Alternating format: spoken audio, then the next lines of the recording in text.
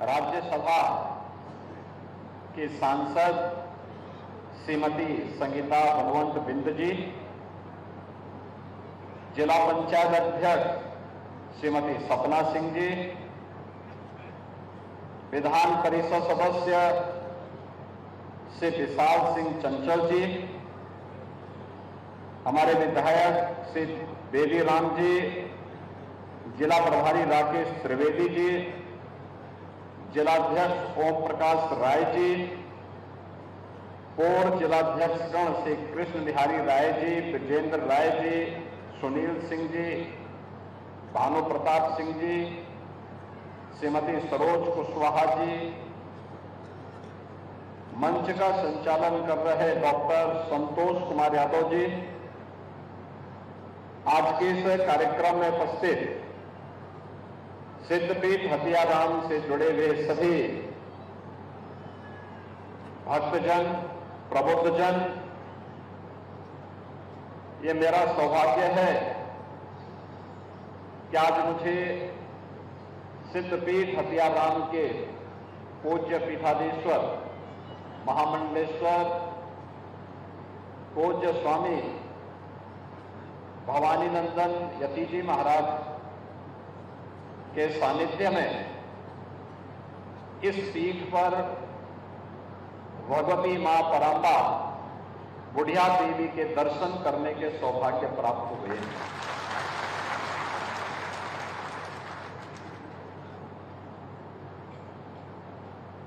यद्यपि वह आदिशक्ति है, लेकिन अपने मूर्त रूप में इस सिद्धपीठ पर यहां के सन्यासी परंपरा के अनुसार 900 वर्षों से इस पूरे क्षेत्र में और पूर्वी उत्तर प्रदेश में व्यापक आस्था का केंद्र बनकर के लोक मंगल की कामना को लेकर के हर श्रद्धालु आता है और अपनी अपनी भक्ति भावना के अनुरूप उसका फल भी प्राप्त करता है। हमारा गाजीपुर जनपद वास्तव में एक समृद्ध परंपरा का वाहक है। वैसे भी हम जब दुनिया के अंदर नजर डालते हैं तो हमें बहुत कुछ ऐसा देखने को मिलता है कि जैसे व्यक्ति की अपनी प्रकृति होती है, वैसे ही धरती माता की भी अपनी प्रकृति होती है, उसकी पहचान उससे बनती है। दुनिया के अंदर आप देखेंगे अलग अलग देश की अपनी एक पहचान है। फ्रांस में आप जाएंगे तो वहां के लोग कला के प्रेमी, जर्मनी में आप जाएंगे तो ये नवाचार के प्रेमी हैं, ब्रिटेन में आप जाएंगे उन लोगों के मन में व्यावसायिक वृत्ति ज्यादा है। यानी अलग अलग देश में अलग अलग प्रकार की लोगों की प्रकृति है, उसके अनुसार उनकी वृत्ति भी है। लेकिन भारत दुनिया के अंदर अपने उच्च आध्यात्मिक चेतना के लिए जाना जाता है और यही कारण है, आज से नहीं, आप त्रेता युग से देखिए ना, त्रेता युग से आपका यह जनपद आध्यात्मिक चेतना के माध्यम से राष्ट्रीय जागरण का काम कर रहा है। त्रेता युग में जब यही बक्सर में महर्षि विश्वामित्र के यज्ञ में राक्षसों का आतंक बढ़ गया, वह यज्ञ केवल एक कर्मकांड नहीं था, भारत के अनुसंधान के केंद्र बिंदु हमारी यज्ञशालाएं थी। महर्षि विश्वामित्र जिस विशिष्ट अनुसंधान को लेकर के कार्य कर रहे थे, उसमें रावण के द्वारा भेजे गए राक्षस व्यवधान डाल रहे थे, मारीच के रूप में, स्वभावों के रूप में, खर और ताड़का के रूप में। तो तब महर्षि विश्वामित्र के बारे में जो बात सामने आती है, और तुलसीदास जी ने तो बहुत अच्छे शब्दों में उसको लिखा है कि गादि तनय मन चिंता व्यापी, हर बिनु मरही न निश्चर पाती। यानी विश्वामित्र ऋषि स्वयं तो मार सकते हैं, लेकिन उनका संकल्प है कि अपनी ऊर्जा को वहां खर्च करने की बजाय अब स्वयं भगवान को सामने ला करके उनकी परीक्षण अब शुरू कर दें, क्योंकि आगे की बड़ी चुनौती है, बड़ी लड़ाई है, उससे कैसे निपटना है, इसके लिए उसका भी साक्षी बना था और उसको नेतृत्व देने वाली धरती कोई पहली बनी थी तो आपका वर्तमान गाजीपुर जनपद बना था। अनेक पूज्य संतों की आध्यात्मिक साधना का केंद्र हमारा ये जनपद रहा है, और इस जनपद में 900 वर्ष पूर्व यहां पर सन्यासियों की जो परंपरा प्रारंभ हुई, इस परंपरा में एक बड़ी लंबी श्रृंखला भवानी नंदन यति जी महाराज के पूर्व उनके पूज्य गुरुदेव पूज्यपाद महामंडेश्वर श्री श्री बालकृष्ण यति जी महाराज, उनसे पूर्व पूज्य संत श्री वैराग्य यति जी महाराज, उनसे पूर्व श्री गौतम यति जी महाराज, उनसे पूर्व श्री गोविंद नाथ यति जी महाराज, उनसे पूर्व श्री परशुराम यति जी महाराज, उनसे पूर्व श्री मुरारनाथ यति जी महाराज, उनसे भी पूर्व श्री बलभद्र यति जी महाराज, उनसे भी पूर्व श्री कमल यति जी महाराज, उनसे पूर्व श्री भीष्म यति जी महाराज, उनसे भी पहले श्री अगस्त यति जी महाराज, उनसे पहले श्री त्रिशूल यति जी महाराज, श्री धोरम यति जी महाराज, श्री त्रिजीत यति जी महाराज, श्री रघुवंश यति जी महाराज, श्री हरिवंश यति जी महाराज, श्री देवी दयाल यति जी महाराज, श्री राम कुमार यति जी महाराज, श्री नरसिंह यति जी महाराज, श्री देवनाथ यति जी महाराज और श्री देव विश्वनाथ यति जी महाराज पीठाधीश्वर के रूप में इस पीठ पर विराजमान होकर के अपनी आध्यात्मिक ऊर्जा से इस पूरे क्षेत्र को अपनी आध्यात्मिक ऊर्जा का लाभ देते रहे हैं, और उसी आध्यात्मिक परंपरा में आज के महामंडेश्वर पूज्य स्वामी श्री भवानी नंदन यति जी महाराज इस पूरे क्षेत्र में अपनी आध्यात्मिक ऊर्जा से आलोकित करते हुए यहां पे लोक मंगल की कामना के साथ कार्य करते हैं। संत तो लोक कल्याण के लिए समर्पित होता है, माध्यम अलग अलग हो सकते हैं। कोई विशुद्ध आध्यात्मिक क्षेत्र में अपनी आध्यात्मिक ऊर्जा से लोक मंगल की कामना करता है, उसके अनुरूप समाज में जन जागरण का अभियान चलाता है, और कोई आध्यात्मिक और भौतिक दृष्टि से उन सभी कार्यों को आगे बढ़ा करके राष्ट्र मंगल की कामना में अपना योगदान देता है। और यही भारत की सबसे बड़ी पहचान है। दुनिया के अंदर भारत की पहचान अपनी आध्यात्मिक चेतना को लेकर के है। जब तक भारत का नागरिक अपनी आध्यात्मिक चेतना को ध्यान में रख करके कार्य करेगा और फिर उसके उपरांत भौतिक विकास के कार्यक्रमों को आगे बढ़ाएगा, उसके परिणाम उतने ही मजबूती के साथ भारत को पुनः विश्व गुरु के रूप में स्थापित करने में मददगार है। संकल्प जब हम लिख लेते हैं, यह आवश्यक नहीं कि उसी समय वो पूरे हो जाए, समय लग सकता है। बड़ा धैर्य हम लोगों को रखना चाहिए।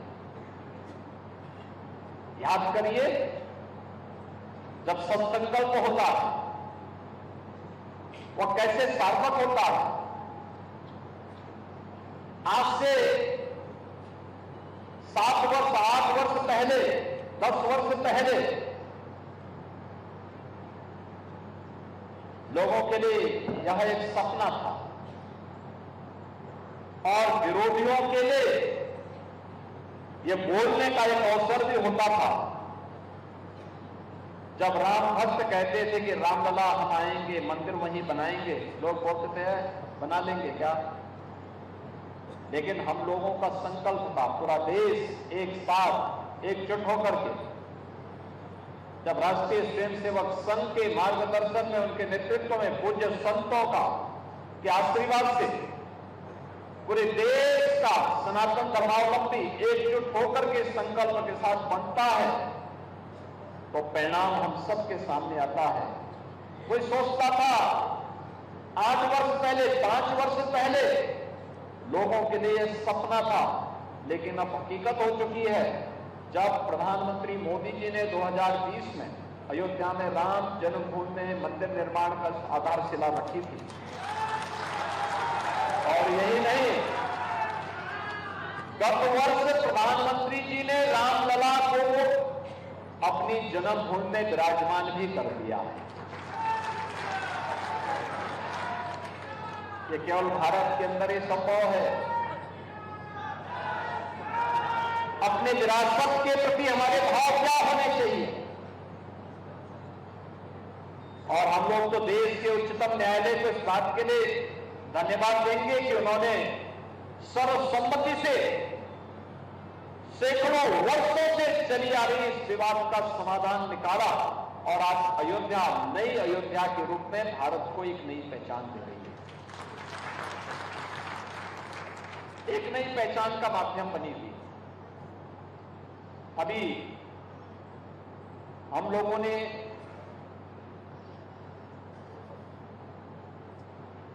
गत सप्ताह ही अयोध्या में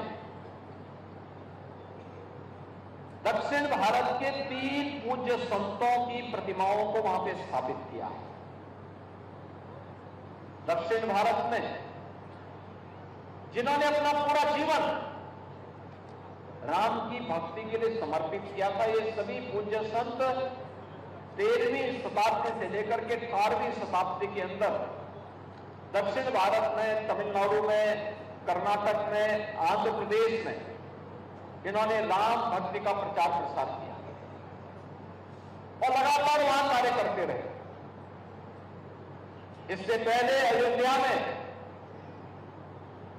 4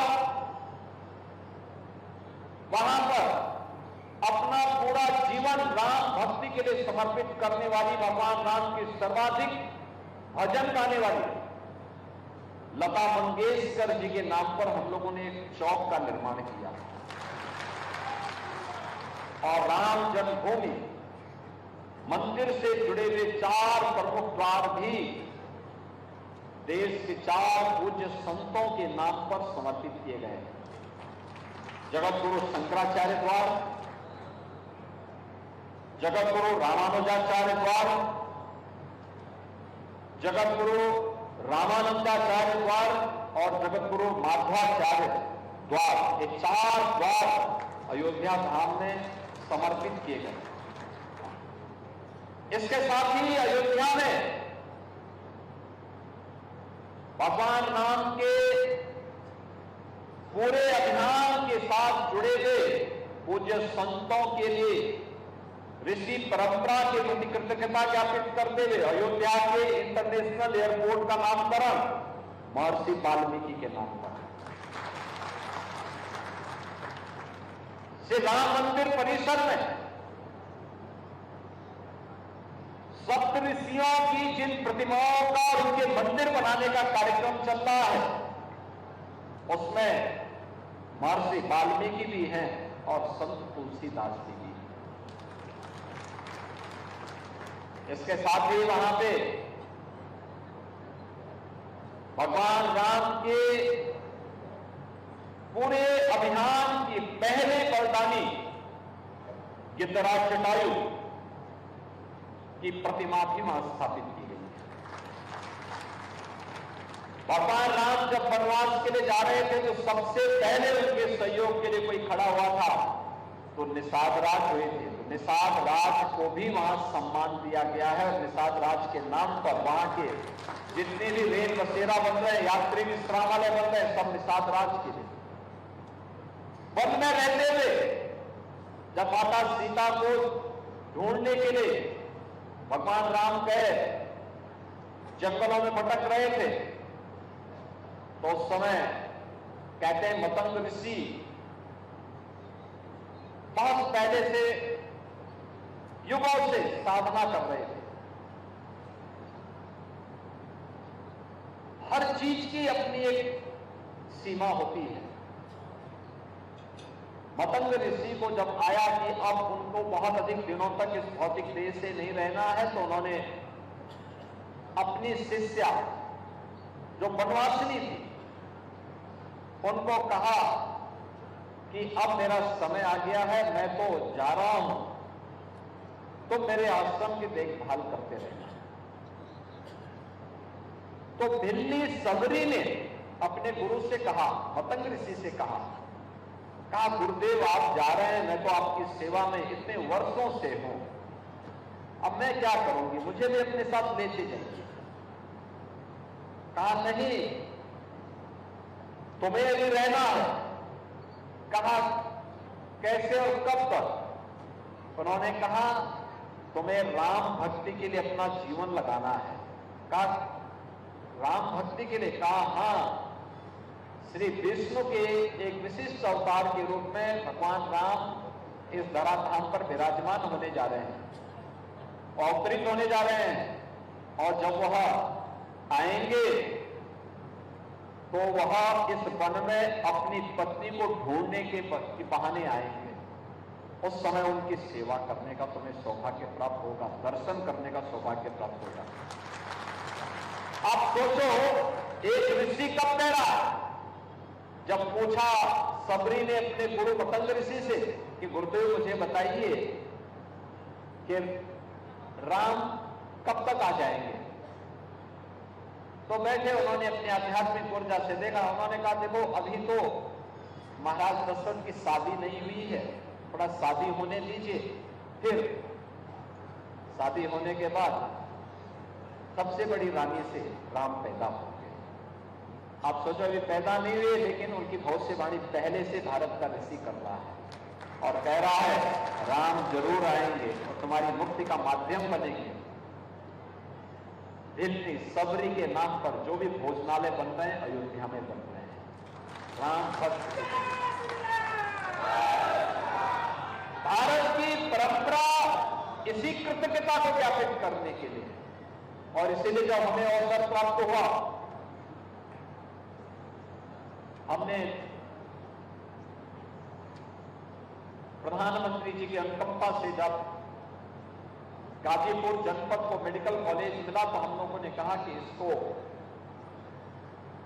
महर्षि विश्वामित्र को समर्पित किया जाए, क्योंकि पहले ऋषि हैं, महाराज गांधी के पुत्र हैं, पहले ऋषि हैं जिन्होंने आतंकवाद को पहचाना था और आतंकवाद का जवाब कैसे दिया जाना चाहिए। भगवान राम का संकल्प उस अभियान में सदैव एक नई प्रेरणा प्रदान करता है।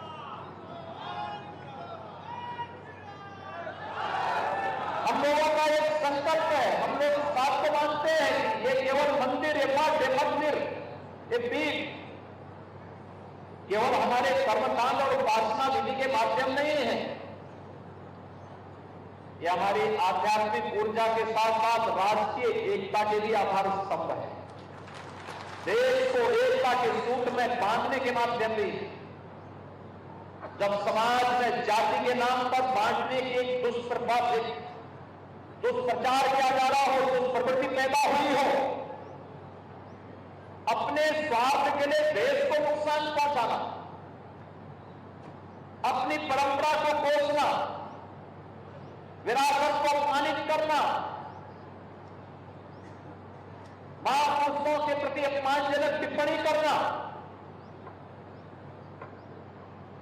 यह राजनीतिक स्वार्थों के लिए भी और साथ साथ स्वयं दूसरों के बहकावे में आकर के भी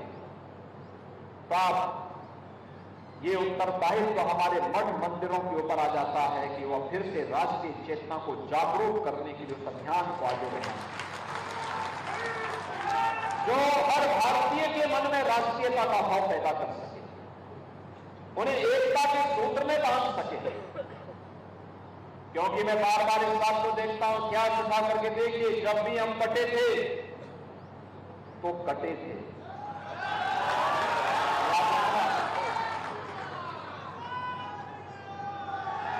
एक थे तो नेक थे। अभी यहां पर हम लोग मंच पर हर भारतीय के मन में भारतीयता का भाव आना चाहिए। हम लोगों ने अभी मंच में वीर अब्दुल हमीद के परिवार के सदस्यों को सम्मानित किया। भारत का परमवीर चक्र भारत माता के उस सपूत को प्राप्त हुआ जिन्होंने 1965 के युद्ध में दुश्मन देश पाकिस्तान को नामों चने चबाने में भारत माता के पुत्र के रूप में अपने दायित्व का निर्वहन किया।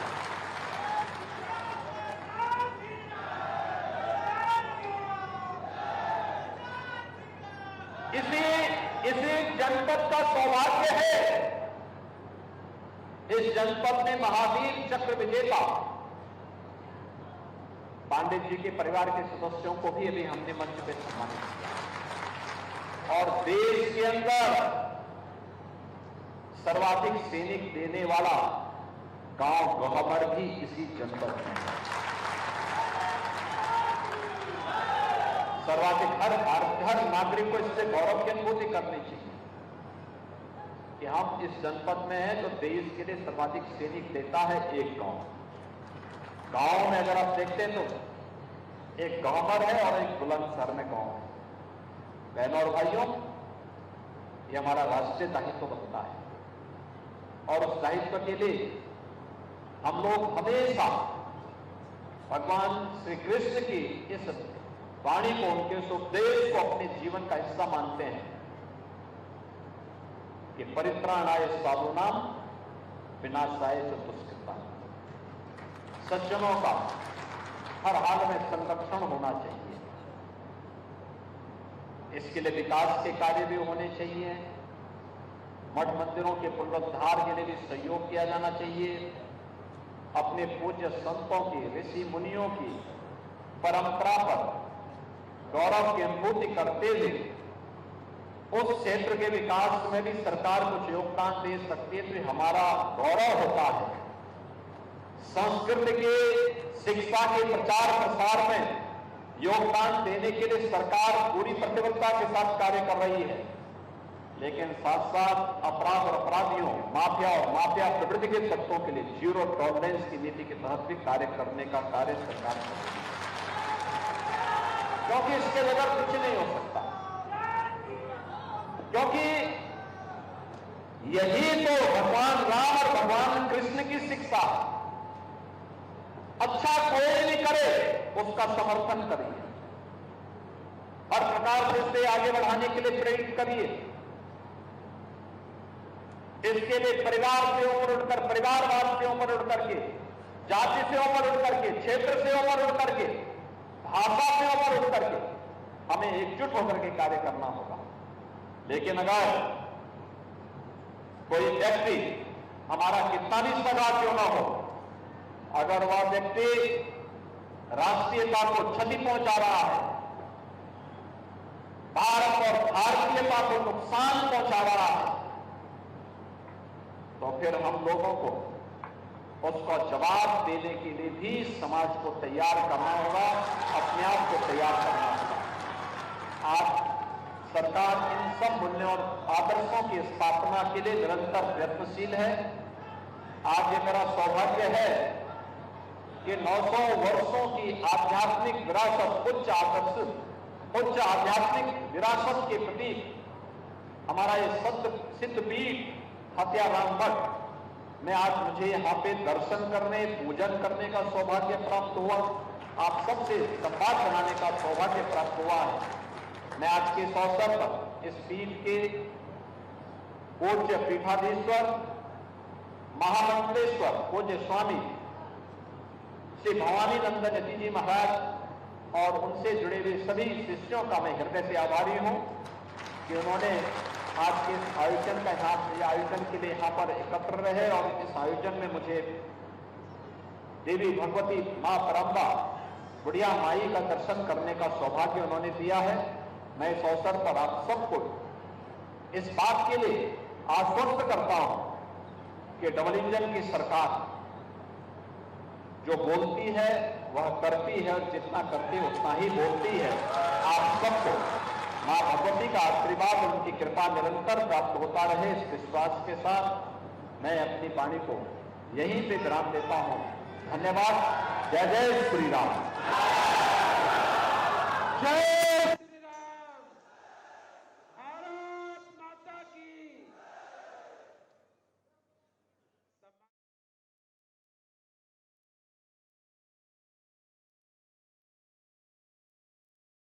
पूरा करने के लिए